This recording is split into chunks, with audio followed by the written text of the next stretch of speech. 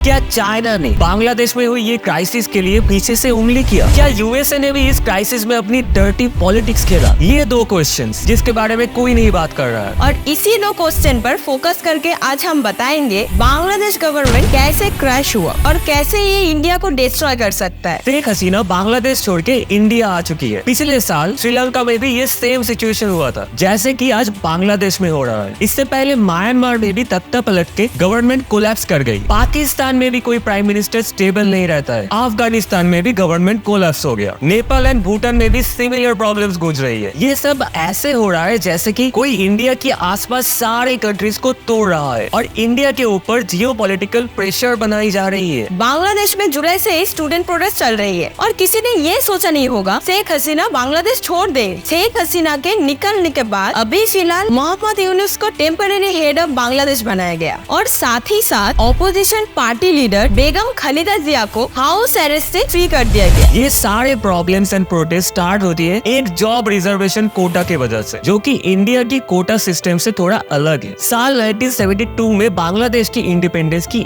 एक साल बाद शेख हसीना की पिताजी शेख मुजीबुर रहमान ने अपने देश के फ्रीडम फाइटर्स के लिए एक special job reservation quota set किए थे, जिसमें सारे गवर्नमेंट जॉब में से 30% फ्रीडम फाइटर्स को दिया जाएगा। बाकी और कुछ माइनॉरिटीज और डिसेबिलिटीज कोटा मिला के total 56% government job special categories में दिया जा रहा था और सिर्फ 44% जॉब मेरिट बेसिस पे दिया जा रहा था। बट प्रॉब्लम्स तब शुरू हुए जब 1997 में फ्रीडम फाइटर्स के कोटा को एक्सटेंड करके उनके बच्चों को दिया जाने लगा और 2010 में इसको और एक्सटेंड करके उनके ग्रैंड चिल्ड्रन को भी रिजर्वेशन कोटा देने लगे। तब आम लोगों ने आवाज उठानी शुरू करी कि देश की 30% गवर्नमेंट जॉब उनके लिए रिजर्व है, जिनकी तादाद पॉपुलेशन के 1% भी नहीं है। 2018 में बांग्लादेश में कोटा सिस्टम की रिफॉर्मेशन की आवाज उठने लगी और प्रेशर में आके बांग्लादेश की गवर्नमेंट ने ये कोटा सिस्टम हटा दिया। बट हाल ही में हाई कोर्ट ने इस कोटा सिस्टम को फिर से वैलिड बता दिया और रिजर्वेशन को चालू कर दिया गया और इसके बाद से ही स्टूडेंट्स प्रोटेस्ट करने लगे और बांग्लादेश की ऐसी हालत हो गई कि शेख हसीना को अपनी देश छोड़नी पड़ी। अगर सिर्फ स्टूडेंट्स ही प्रोटेस्ट को अंजाम दे रहे हैं तो फिर ऑपोजिशन पार्टी लीडर बेगम खालिदा जिया को फ्री क्यों किया गया, जबकि सालों से बांग्लादेशी नेशनलिस्ट पार्टी के ऊपर पाकिस्तानी आईएसआई के साथ कनेक्शन के आरोप है और पाकिस्तान कैसे चाइना के बातों में आता है वो हम सबको पता है। अगर ये सिर्फ और सिर्फ स्टूडेंट प्रोटेस्ट है तो इस प्रोटेस्ट में all of a sudden Hindu temples को क्यों तोड़ा गया?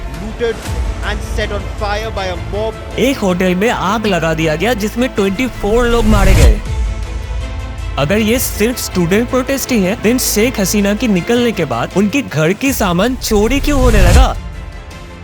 क्या ये सारे लोग स्टूडेंट्स लगते हैं या फिर ये करने से स्टूडेंट्स को अपना हक मिल गया? Of course student protest valid था, कोटा सिस्टम की रिफॉर्मेशन जरूरी था, पर इस सिचुएशन को सामने रख के कैसे गंदे पॉलिटिक्स खेला गया है ये उसकी प्राइम एग्जांपल है। जैसे पाकिस्तान बांग्लादेशी नेशनलिस्ट पार्टी को इन्फ्लुएंस करता है, वैसे ही चाइना पाकिस्तान को इन्फ्लुएंस करता है और चाइना का रिलेशन इंडिया से ऐसा कुछ खास नहीं है। इंडिया की neighbouring country Sri Lanka, Myanmar, Pakistan, Nepal, Bhutan, Afghanistan, इन सारे गवर्नमेंट सिचुएशन के पीछे किसी न किसी तरह चाइना का नाम आ ही जाता है। जुलाई मंथ में ही शेख हसीना चाइना गई थी डील साइन करने के लिए। उनकी सफर कंप्लीट होने से पहले ही बांग्लादेश लौट आई। इस बांग्लादेश चाइना डील को देखकर ऐसा लगेगा चाइना तो एक्चुअल में मदद करना चाहता है, but at the back plans कुछ और है। एज इंडिया शेख हसीना को शेल्टर दिया है तो ऑलरेडी चाइना की तरफ से इनडायरेक्टली ये इन्फ्लुएंस देना शुरू हो चुका है। जिस लीडर ने बांग्लादेश को डुबाया उसी लीडर को इंडिया में शेल्टर दिया गया। इंडिया दोस्त है तो ये क्यों कर रहा है? इंडिया के आसपास सारे कंट्रीज में दंगे मचे हुए हैं। पावर में वो सारी गवर्नमेंट है जो कि इंडिया के फेवर में नहीं है। लोगों को भड़काया जा रहा है ताकि इंडिया को प्रेशर में लाया जाए। ये सेम सिचुएशन हम दूसरे नेबरिंग कंट्रीज में देख चुके हैं। तो आप थोड़ा अपनी आंखें खोलिए और बिगर पिक्चर को देखिए।